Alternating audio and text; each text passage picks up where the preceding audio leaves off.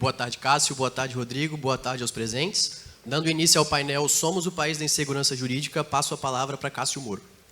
Obrigado, Gustavo. Obrigado a todos. Obrigado por esse convite do Líderes. Fico muito honrado de estar nesse evento de grande monta. Obrigado ao Lucas pelo convite para essa cilada, né? Trazer o inimigo para falar com os senhores aqui. É brincadeira, mas eu também... Ele me trouxe aquela coisa, vamos falar mal do judiciário, meu patrão, né? E eu vou ser mais ou menos aquele funcionário relapso. Sempre que tem aquele problema, você chega para a equipe, time, temos um problema enorme para ajustar. Sempre vai ter aquela pessoa, chefe, não fui eu, foi o João. Não tem? Eu vou fazer mais ou menos isso aqui, eu vou achar os culpados aqui dessa insegurança jurídica, tá certo? Brincadeiras à parte, evidentemente, a gente vai fazer um estudo das causas que levam a essa insegurança. Até foi uma conveniência, uma coincidência interessante quando o Lucas me convidou para falar sobre isso aqui. Dentro de um mês, mais ou menos, vai ser lançado um livro meu em que, basicamente, o tema é insegurança jurídica. Me sigam lá no Instagram, Cássio_Moro. Eu vou dar dicas de quando for lançado pela editora Mizuno. O livro chama Função Criadora do Juiz, do implemento dos poderes judiciais ao estabelecimento de uma margem de segurança para as decisões inovatórias. E ali eu vou falar, é claro, o tópico básico é falar sobre os limites que a magistratura tem ao criar situações, aquela atividade criativa, ao ativismo. Mas, para isso, eu tive que fazer todo um histórico de toda a estrutura do Poder Judiciário, desde o Brasil colônia, como ele foi formado. Enfrentei um tema bem interessante, que é o jeitinho brasileiro na cultura jurídica, né, de um ensaio do Keith Rosen. Vou passar pela supremocracia, que é o termo cunhado pelo Oscar Vilhena. Então, é um livro bem legal, e ali eu pude trazer algumas coisas para trazer para vocês. 15 minutos e me reduziram agora para 10, vai ser muito difícil eu falar tudo. O que eu vou fazer vai ser 2 provocações para os senhores. É difícil achar soluções em 10 minutos, mas vou provocar os senhores em 2 pontos. O primeiro, o Brasil é o país da insegurança jurídica. Vem uma pergunta primeira. Será um excesso de demandas no Brasil? O que vocês acham? Para começar essa resposta, eu vou falar o seguinte para vocês. Dentro daquela onda, da primeira onda renovatória do Capelete, né, que o direito de ação deve ser máximo, nós temos no Brasil hoje 1.670 faculdades de direito. 1.670 faculdades, não são 1.670 graduandos a cada ano. 1.670 faculdades. Em 95, alguns anos antes de eu entrar na faculdade, haviam 165. Basicamente, esse número multiplicou por 10, mas na época a faculdade era anual, hoje é semestral, então multiplicou-se por mais de 20 o número de graduados em direito. Se eu perguntar aqui na plateia quem é graduado ou estudante, um monte de gente vai levantar a mão. Eu vou na linha do Lucas, que falou agora há pouco, nós precisamos de mais empresários e menos juristas. Certo? Porque é isso que faz desenvolver, não é uma legislação trabalhista, por exemplo, que vai gerar emprego. Ainda mais a CLT. Mas, enfim, esse não é meu papo hoje. Ok? Tendo esse monte de advogados, hoje, segundo o Google, pelo menos alguém pode confirmar depois, temos 1,2 milhões de advogados no mercado. Para fazer frente a essa imensa oferta de serviços jurídicos, há uma necessidade de aumentar a demanda no sentido econômico, de demandas no sentido jurídico, de ações. Então, existe uma infinidade de ações todos os anos ajuizadas. Para se ter uma ideia, em 2021, segundo os dados do CNJ, Justiça em Números, foram 113 processos novos para cada 1.000 habitantes. Multiplica isso por 216 milhões, vocês vão saber 24, 25 milhões de novas ações todo ano. 25 novas ações todo ano significa muita tese nova, muito argumento novo, que vai ser apreciado e muitos deles acolhidos pela magistratura, gerando uma infinidade de decisões novas, diferentes, e aumentando a insegurança jurídica. Quem que vai julgar isso? No primeiro grau, cerca de 18, 19 mil juízes de primeiro grau vão apreciar isso. Esses juízes de primeiro grau, e falando bem rápido aqui, porque o tempo está correndo, provém de diversas categorias, diversas origens. Os juízes de primeiro grau hoje, 18, 19 mil, foi o que eu falei, aprovados em concurso público, provenientes das diversas classes sociais, juízes com diversos credos, diversos posicionamentos políticos. Numa determinada justiça, a grande maioria tem um determinado posicionamento político, mas não convém falar disso agora, né? Da justiça é o trabalho que eu estou falando. Mas, enfim, temos na justiça diversos posicionamentos no primeiro grau, gerando um brainstorming de novas teses. No primeiro grau, isso é bom. Essa é a parte boa da insegurança. Por quê? Porque é esse brainstorming, esses novos posicionamentos que refletem a sociedade, que geram, novos entendimentos que geram reciclagem de entendimentos judiciais. Imagine uma legislação defasada, e o legislativo não dá conta de legislar tudo que tem na vida de hoje. Imagine CLT de 43, feita para a Revolução Industrial Tardia de 1930. Se nós não temos jurisprudências renovadas, cabeças novas pensando, a gente vai pensar ainda num mundo pós-rural que está começando a indústria, não faz sentido. Então, no primeiro grau isso é interessante. Quem vai dar segurança jurídica? E aí começam os problemas. Cortes superiores. O entendimento novo até chegar numa corte superior vai demorar anos, 4, 5, 10 anos, às vezes, um entendimento, para chegar para a corte superior apreciar. Então, há um primeiro problema na insegurança jurídica, que é a morosidade. Não fui chamado aqui para falar de morosidade, só vou apontar ele como tema. Meu tema é insegurança jurídica, não dá tempo. Mas a morosidade é um grande problema. Algumas situações já estão sendo, começaram a ser resolvidas. Deixa eu pegar minha colinha aqui. A primeira, súmulas vinculantes. Súmulas vinculantes vieram para o mundo jurídico em 2004 pela emenda 45, regulamentadas apenas em 2006. Ainda temos poucas súmulas vinculantes, mas elas funcionam bem.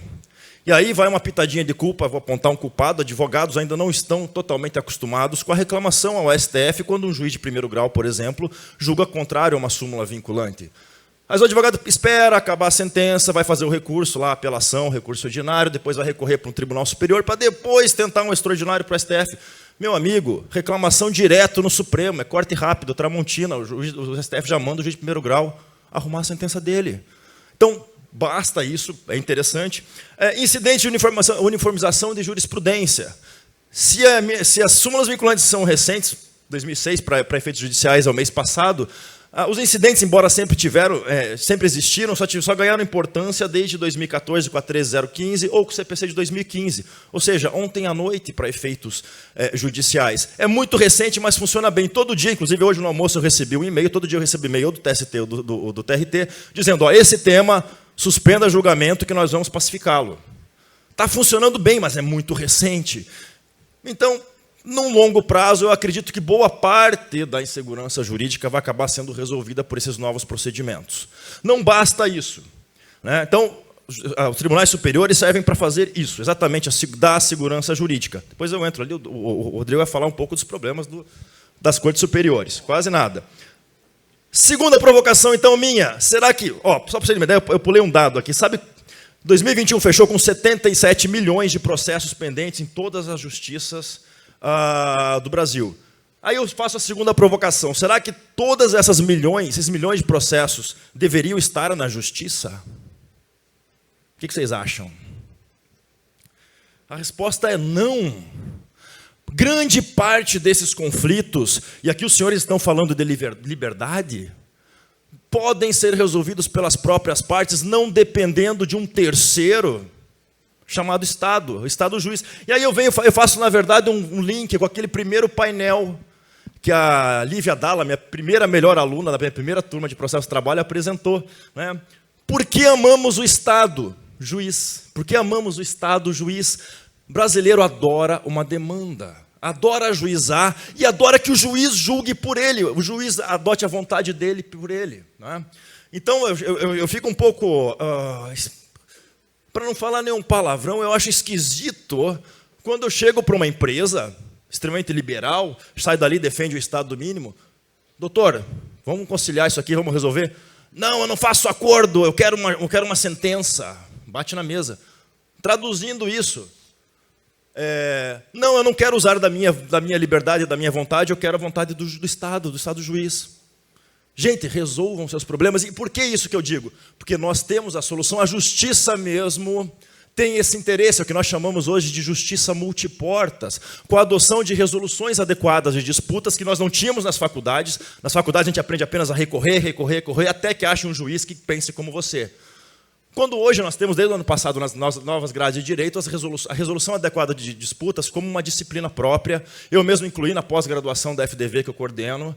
Também faço isso, acho que a Luana, minha aluna, está aqui. Na graduação eu coloco, antes de passar qualquer regra processual, eu ensino eles a negociar, a gente faz audiências simuladas em que eles resolvem o problema sem saber uma regra de processo. E olha só as ferramentas que nós temos hoje na justiça para ser resolvida e evitar qualquer insegurança jurídica. Negociações individuais, negociações coletivas, mediação extrajudicial, algo que muito poucos advogados sabem. Mediação pré-processual, antes mesmo de existir o conflito, as partes podem ir a juízo, o juiz vai mediar uma eventual conciliação antes de ter um conflito, antes mesmo de ter um processo. Quem aqui já usou esse tipo de ferramenta? Isso é fantástico. A Justiça do Trabalho adota desde o início da pandemia até para lides individuais. Temos a mediação judicial, a principal função do juiz do trabalho, eu sempre falo isso, é mediar. Se não der certo, aí a gente vai para aquele rito sacramental do processo, com todas as regras processuais, as partes vão abrir mão da vontade delas, da liberdade delas e deixar um terceiro que nem sempre julga direito, às vezes tem um posicionamento ideológico complicado, às vezes tem uma cabeça de juiz, aquela coisa que a gente sabe, né, da cabeça de juiz e da bunda de neném, a gente não sabe o que vem. Resolvam seus problemas. Essa é a segunda provocação que eu tenho. Não dá para falar mais muita coisa. Muito obrigado, valeu. Muito obrigado, Cássio. Passo a palavra agora para Rodrigo Marinho. Boa tarde. É sempre bom voltar ao Espírito Santo. Vou contar uma coisinha aqui que aconteceu hoje. Eu sou casado com uma baiana. É sempre perigoso estar no Espírito Santo sendo casado como eu com a baiana. Me fizeram uma pergunta hoje assim: Rodrigo, você prefere a muqueca capixaba ou a muqueca baiana? Aí eu olho para o lado para minha esposa e disse assim: se eu disser que é a baiana, eu vou ter problema com quem está me censurando, né? Se eu falar que eu prefiro a capixaba, eu vou ter problema do outro lado. Então, de todo jeito, eu vou ter problema. Então, boa tarde, melhor aí, pessoal. Boa tarde. É um prazer estar no Espírito Santo de novo, é um prazer estar em Vitória de novo, e é um prazer fantástico falar mal de algo absurdo que todos nós vivemos, que foi uma absurda insegurança jurídica causada por um senhor que, numa brincadeira, meu caro amigo Teobaldi hoje brincou e todo mundo riu do Xandão. Então nós vamos falar mal de Tribunal Superior sim, porque eles são os maiores causadores de insegurança jurídica desse país. E aí a gente vai comentar um pouco por que isso acontece. Uma pergunta que a gente faz sempre é: o que diabos é uma sociedade de confiança? Um comentário de quem apresentou aqui para nós, ele disse o seguinte, né? Os nossos contratos são cumpridos ou são descumpridos? São cumpridos ou descumpridos? São descumpridos, né? Essa é a percepção nossa, né? As pessoas não cumprem os seus contratos. Mas alguém pegou aquele maravilhoso V1 hoje? Ou ontem eu peguei o V1, foi legal, o cara abriu a porta, eu voltei a porta, fantástico. Foi entregue? Alguém pediu um Uber hoje? Pô, combinou essa palestra, a gente estava aqui, todos nós? Pô, os contratos foram cumpridos. A maior parte dos nossos contratos são cumpridos. Essa é a realidade. A grande maioria, e aqui o meu caro amigo Moro foi claro em dizer isso, ele está ali só para mediar, porque os contratos podem ser cumpridos e devem ser cumpridos. A sociedade de confiança é essa ideia, em que eu sei que aquilo que eu combinei será cumprido. Essa é a ideia que nós temos. E uma das bases dessa ideia é a ideia de liberdade, ou seja, eu tenho liberdade de ação, eu tenho a liberdade de escolher, liberdade é algo indivisível, é algo que a gente vive. E, teoricamente, esses senhores deveriam ser os protetores das instituições, vida, liberdade, propriedade, devido processo legal, Estado de Direito. Porque eles fazem parte de um órgão que deveria defender essas instituições. E é exatamente o que eles não fazem. É exatamente o que não acontece. Nós todos, né, temos receio de estar no grupo de WhatsApp e dar um joinha. O dono do Coco Bambu teve suas contas bloqueadas, teve todas as suas contas pessoais bloqueadas, todas as suas contas relacionadas à internet bloqueadas, porque ele deu um joinha numa conversa, sem ser citado uma única vez na decisão judicial do senhor Alexandre de Moraes. É por isso que Tebaldi brincou com ele, porque nós temos receio do que pode acontecer com a nossa própria vida. E a pergunta que sempre faz: essa insegurança jurídica leva a vários problemas, mas não podemos esquecer que a liberdade custou muito sangue e sofrimento para ser renunciada por uma retórica tão vazia. E a pergunta que se dá: nós somos esse país da insegurança jurídica? Nós temos confiança nas nossas instituições? E eu pergunto a vocês, qual o momento mais seguro de segurança jurídica que nós temos? Quando o STF e o TSE estão de recesso. Esse é o momento mais seguro que nós temos. Essa é a realidade que se dá. que é exatamente para o TSE do dia 2 de junho ao dia 31 de julho, que nós temos isso, que é o recesso forense desse. Oi? Aí o Lucas está dizendo assim, não, mas é pior, porque tem a decisão sozinha do presidente, então cuidado. Mas isso não tem sido necessário, porque grande parte das decisões dos nossos colegiados são tomadas monocraticamente, ou seja, um órgão colegiado julga sozinho. Eles tomam decisões sozinhas, e decisões absurdas que prejudicam todos nós brasileiros, que eu digo o Telegram, a gente quase fica sem ele. Na sequência, nós temos todo o momento dessas eleições. Por que vocês acham que o pessoal está tão chateado? Acho que grande parte de vocês talvez esteja chateado, né? Porque tudo aquilo que aconteceu pareceu só para um lado. Pareceu acontecer de forma não isonômica. Tudo aquilo que aconteceu, ele vai determinar uma série de publicações, uma série de restrições, monocraticamente, sozinho, sem a decisão do órgão colegiado, a tal ponto que, numa decisão que foi referendada pela Corte, uma determinada ministra disse o seguinte: o STF é contrária a essa decisão. Né, que era, lembram dessa? Lembram? Brasil Paralelo ia lançar um filme, certo? Nós temos uma previsão clara que no artigo 5º e no artigo 220 da Constituição para preservar a liberdade de expressão. Isso está previsto na nossa Carta Magna, na nossa norma fundamental. E, do nada, foi dito que teria uma censura prévia, tão criticada pela esquerda, né? Fazem censura prévia das músicas, de tudo, e um filme que seria lançado foi censurado previamente para acontecer. O que muitas vezes acontece com as piadas do grande Léo Lins. Mas que bom que vocês só censuram depois, né? Às vezes antes, né? Estão tentando antes. É a nova forma. Vocês vão ver que o Ministério da Verdade já está agindo, né? Que o diga a Folha de São Paulo. Eu vou já mostrar para vocês. Nesse contexto que a gente tem, nós vamos chegar numa decisão que essa Carmen Lúcia, a ministra Carmen Lúcia, disse o seguinte: isso aqui é inconstitucional. O STF é contrária a essa decisão. Mas até o dia 31, nós podemos considerar que isso vai ser constitucional. Constituições não servem para momentos de calma. Elas servem exatamente para momentos de crise. Normas fundamentais são feitas quando as coisas estão dando errado, porque a gente olha para ela e diz, a regra é essa. A gente olha para ela e diz assim, nós vamos cumprir essa regra, nós temos essa segurança jurídica. E, infelizmente, naquela corte que teria por obrigação cumprir a norma fundamental, eles fazem o contrário. E é exatamente essa sensação de insegurança jurídica que está prejudicando todos nós. Porque nós temos a sensação a todo tempo que vivemos numa sociedade de desconfiança e grande parte disso é causada pelos ministros do Supremo e do TSE. Então, eu não acredito que o judiciário tenha essa capacidade, enquanto essas pessoas não forem responsáveis por aquilo que fazem, por eles não terem skin in the game, risco na pele. É muito bom fazer o que quer e não ter consequência nenhuma, que é exatamente o que todos nós estamos sentindo. E nós chegamos a tal ponto, né, a tal liberdade, a tal definição, que um senhor chegou a colocar e trazer uma resolução. Essa resolução, né, ela trouxe uma possibilidade de um ministro sozinho, sem ter toda a definição e toda a visão de um processo, poderia tirar uma postagem, bloquear uma conta, determinar o que pode e o que não pode ser falado.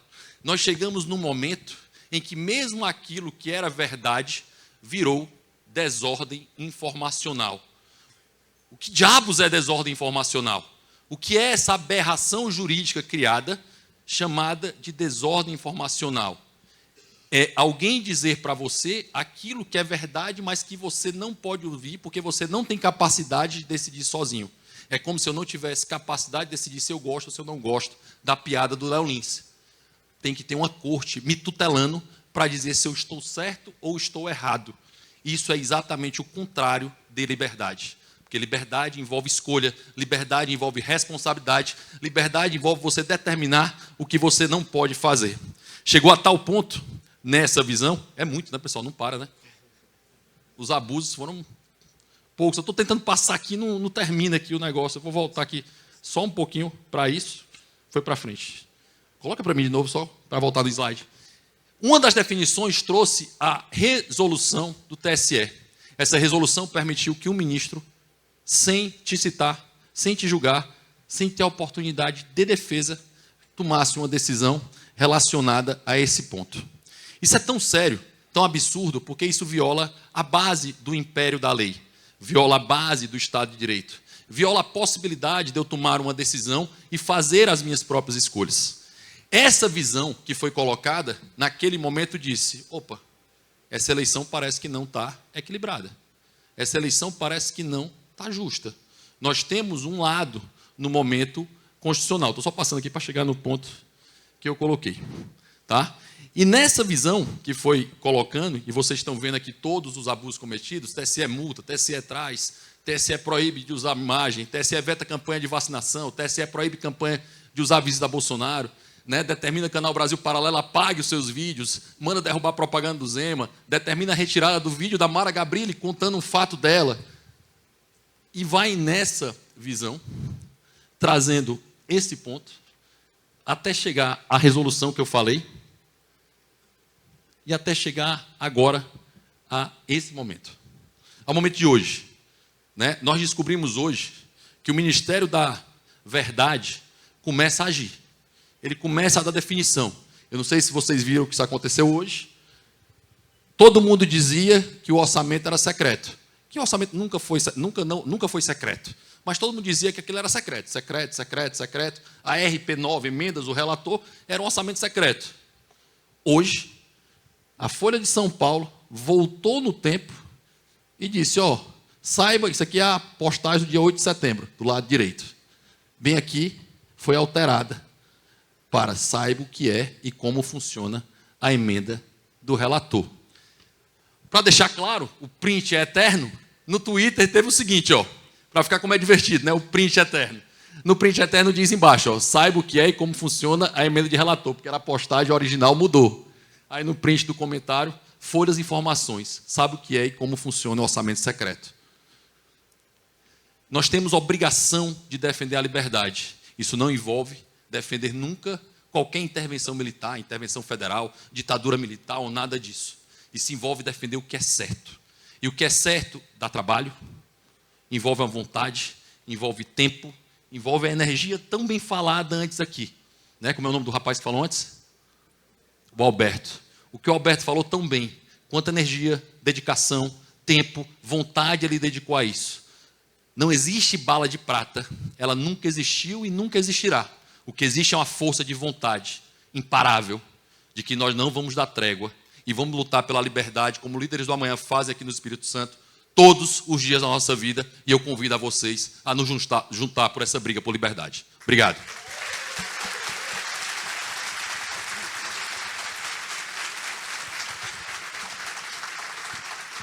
Muito obrigado pela fala, Rodrigo. Pegando um gancho nesse ponto que você trouxe, do cenário de instabilidade relacionado ao TSE e também ao STF, a gente escuta muito que com a nova composição do Senado seria provável acontecer um impeachment de ministro ou até o julgamento deles por crime de responsabilidade. Você acha que essas falas estão relacionadas ao fato de que eles excedem qual deveria ser a função originária desses órgãos, do STF e do TSE, e qual seria o remédio para um caso como esse? O problema é o Lula escolher o terceiro ministro, né? Né? Já tem direito a 2, né? Vão aposentar aí Rosa Weber e Lewandowski esse ano que vem, e aí ele teria direito a escolher o terceiro. O Senado é o órgão que, em tese, sabatina todos os nossos ministros do Supremo, né? Ele faz parte dessa sabatina. Era um momento essencial de saber quem vai estar lá, quem serão os nossos ministros. Hoje os brasileiros sabem, né? Eu via muito isso quando eu era estudante, né? Que as pessoas diziam, quando o brasileiro souber os 11 ministros, né? A composição de 11 ministros, o Brasil será um país melhor. Né? O Brasil sabe os 11 nomes da seleção, confesso que eu não sei a escalação do time do Brasil ainda decorado, mas todo mundo sabe o nome dos 11 ministros hoje que estão no STF. Essa é uma realidade que nós temos hoje. Mas é o Senado que sabatina, ele é a obrigação de fazer isso. Ele que deve fazer essa visão. E, obviamente, ele que faz o controle, né? Nos cheques e balanços, nos pesos e contrapesos, é ele quem deveria fazer o controle. Que o Alexandre de Moraes cometeu crime de responsabilidade, eu não tenho qualquer dúvida. Certo? São inúmeros que o digam em inquérito da fake news, em que ele é juiz, acusador e vítima, certo? Então, assim, ele é o Ministério Público, ele é a vítima e ele julga. Então, assim, não tem nenhum sentido aquele processo existir. Pedido pelo Ministério Público por várias vezes e ser encerrado. Ou seja, nem a orientação do próprio acusador ele cumpre, para vocês terem uma noção do que acontece. Né? A tal ponto que aquela história das propagandas ele foi encaminhado para o inquérito que ele controla. Né? Ele julga aqui no TSE e manda para o inquérito que ele controla no STF. Então é um absurdo o que se acontece no senhor Alexandre de Moraes. Mas cabe ao Senado fazer essa função, fazer esse controle, e o Senado terá composição para fazer isso na próxima legislatura. Porque agora nós entendemos que o pessoal do direito tem viés. Né? Era muito comum dizer assim, não tenho viés não, sou só jurista. Que papo. Todo mundo tem viés. Ainda que ele não saiba o viés, ele tem. Certo? É bom você descobrir qual é o dele. Obrigado, Rodrigo. Cássio, você comentou que a gente tem um judiciário muito grande, assim, muito inchado. O Brasil destinou 1,3% do seu PIB para o judiciário. Em pontos percentuais, esse número é maior do que países como Estados Unidos, Inglaterra, Argentina, Chile e Espanha somados. O que você acha que justifica o tamanho do judiciário no Brasil e como que a gente pode enxugar essa conta? Perfeita pergunta, grande preocupação nossa. O que acontece? Como eu havia dito, nós temos uma infinidade de novas ações. E isso cria um ciclo vicioso. Muitas ações demandam mais juízes, aumenta-se o orçamento para fazer concurso para mais servidores, para mais juízes, e a coisa vai crescendo desproporcionalmente. Quando hoje nós temos muita, até foi falado aqui na abertura, pelo Matheus, nós temos um grande desenvolvimento de novos softwares que facilita, a cada dia sai um robô novo que pode evitar um servidor a mais, um trabalho a mais. Agora, nós temos que adotar essa medida de justiça multiportas, em que as partes podem resolver os conflitos, a grande maioria dos conflitos podem ser resolvidos pelas partes, que é uma coisa muito deprimente sendo juiz. 90% das minhas ações, eu não tenho uma aplicação, nenhuma interpretação jurídica. Eu fico tentando descobrir quem está mentindo. Isso é muito triste. O trabalhador fala que trabalhava 10 horas por dia, a empresa fala que ele nunca fez horas extras por dia. E na hora de instruir, eu vejo que às vezes até os dois estão mentindo, tinha uma hora ou outra. Isso é muito triste, o magistrado ter que se dedicar, perder seu tempo, gasto com o erário. Cada ação trabalhista hoje gira em torno de R$5.000 para o erário. Descobrir quem está mentindo. Aí não é um problema de morosidade, não é um problema da justiça, é um problema moral da sociedade. Mas, enfim, a partir do momento que as partes conseguem, dentro de uma resolução adequada de disputas, resolver os seus próprios problemas, nós podemos ter uma justiça mais enxuta, dedicada àquilo que realmente interessa, a garantia da efetividade dos contratos. Um eventual inadimplemento, nós teremos uma execução efetivamente conduzida e não vamos perder tempo com bobagens ou com excesso de ação. Por exemplo, a reforma trabalhista trouxe um compromisso ético muito maior de advogados, houve uma redução daquelas demandas abusivas, aquelas lides temerárias. Infelizmente, uma decisão do STF ano passado acabou com a área de sucumbência, estamos voltando. Ou seja, nós temos uma infinidade de lides temerárias e muita inverdade. Isso aí que atrasa e cria esse ciclo vicioso de contratar mais e aumentar mais, quando deve ser feito o oposto. Então, incentivando. Preparando advogados e juízes para uma resolução adequada de disputas que evita o conflito, tende, no longo prazo, a reduzir drasticamente o tamanho e os gastos com a justiça, além, evidentemente, da digitalização do processo eletrônico, da justiça 100% digital, que evita também o excesso de imóveis, a parte física, que é muito cara e muito custosa para o erário. Perfeito, muito obrigado. Aproveitando que você falou de reforma trabalhista, a reforma completou agora 5 anos de existência. A gente tem muitos dispositivos da reforma que ainda não foram aplicados na prática. Eu queria ouvir a sua opinião, por que você acha que tem tanta resistência do judiciário para a aplicação de algumas coisas previstas na reforma? Bom, para começar, né, a reforma, vamos falar um pouco da reforma. Primeiro, ela foi muito tímida. Porque o judiciário, o legislativo falou assim, tinha muita criação de dispositivos pelo TST, muita súmula. Boa parte da reforma fala assim, TST, nós pensamos diferente, estamos fazendo uma lei diferente das suas súmulas. Ok? Houve uma flexibilização? Houve, muito tímida, mas manteve-se a mesma matriz, a matriz seletista lá de 43, que trata o trabalhador como um vulnerável, como um incapaz, que não pode decidir com a própria vontade. Ou seja, não teve uma boa oportunidade de fazer uma alteração efetiva que atendesse às diversas situações contratuais de hoje. Ainda temos um direito muito ultrapassado. E há uma resistência, um medo, né? Foi falado bastante aqui pelo Alberto, há um medo de sair daquela zona de conforto, e muitos juízes e operadores de direito, de modo geral, que aprenderam aquele direito do trabalho arcaico, tem medo da mudança, sabe? Tem medo, mas a CLT garante grandes direitos para o trabalhador.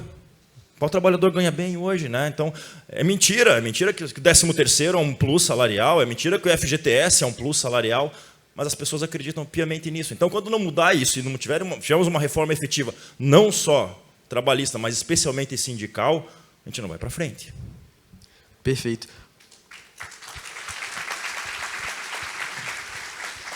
Bom que você trouxe esse ponto de reforma sindical. Desculpa, só dar um ponto. Eu tenho uma reforma trabalhista muito clara, certo? Claríssima. Revoga a consolidação das leis do trabalho, revoga o artigo 6º e 7º da Constituição, determina que contratos devem ser cumpridos, ponto final. Essa é a reforma trabalhista que existe. E assim, na hora que quando eu fico com medo, Cássio, na hora que assim, vamos ter segurança jurídica na hora que as súmulas forem aplicadas. O que o Congresso Nacional fez foi dizer para o TST, assim, vocês não legislam, quem legisla sou eu. Eu fui eleito para legislar. Os poderes constituídos para legislar foram o Congresso Nacional, é a Assembleia Legislativa do Estado do Espírito Santo, é a Câmara dos Vereadores. Esse poder enfrentou, né, uma questão de voto popular, tem legitimidade para isso, representa isso e vota isso. O aviso foi para o TST, disse assim, para de legislar. Sim, perfeitamente. Que aí quando você vai para o STF, aí o STF ontem dá um julgamento, certo? Dizendo, no Código de Processo Civil tinha uma previsão falando sobre mediação em conflito de terra, no anteprojeto. Isso não passou, porque não passou politicamente, porque era um absurdo, porque isso violava o direito de propriedade. Anteontem, Luiz Roberto Barroso, sozinho, disse, eu vou fazer aquilo que não passou no Congresso, e vou determinar isso. A insegurança jurídica reina nos tribunais superiores porque eles se acham na vontade de legislar. É o que sempre deve ser dito para eles. Você quer legislar? Você vem aqui para o Espírito Santo, você se candidata a deputado federal, você é eleito, aí você vai para o Congresso e apresenta um projeto de lei, briga lá feito um doido para conseguir aprovar teu projeto, aí tu consegue fazer isso. Porque como juiz tu não tem competência para isso. Isso é um absurdo, isso é o maior gerador de insegurança jurídica do país. E isso deve ser combatido e evitado com muita força. Uma coisa que mais me indigna hoje é um bando de jurista, que se diz jurista, está passando pano para esse inquérito da fake news, por exemplo, pelo simples fato de ser contrário a alguém que eles não gostam. Cuidado. Amanhã pode ser com alguém que você gosta. Cuidado mesmo disso, porque pode ser do seu lado. E às vezes as pessoas esquecem disso. Hoje é contra o bolsonarista, amanhã pode ser contra o Lula. E pode ser que eles não gostem disso. E cabe a nós lembrar que isso tem que valer contra o Bolsonaro, contra o Lula, contra o João e contra a Maria, e nós temos que defender isso.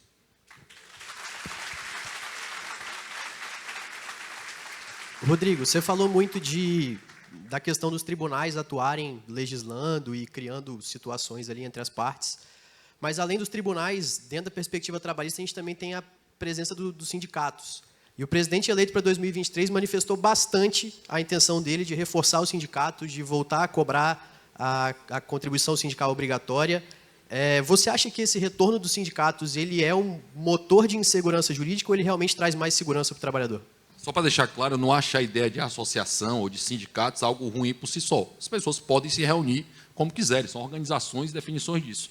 O que é péssimo é quando a máquina estatal é usada pelo sindicato para favorecer alguém. Isso é péssimo, né? Como acontece e muito, que é o exemplo do imposto sindical. O Brasil tem essa jabutinha, né? Antes da reforma trabalhista, jabuticaba absurda. O Brasil tinha 18 mil sindicatos, aqui números arredondados.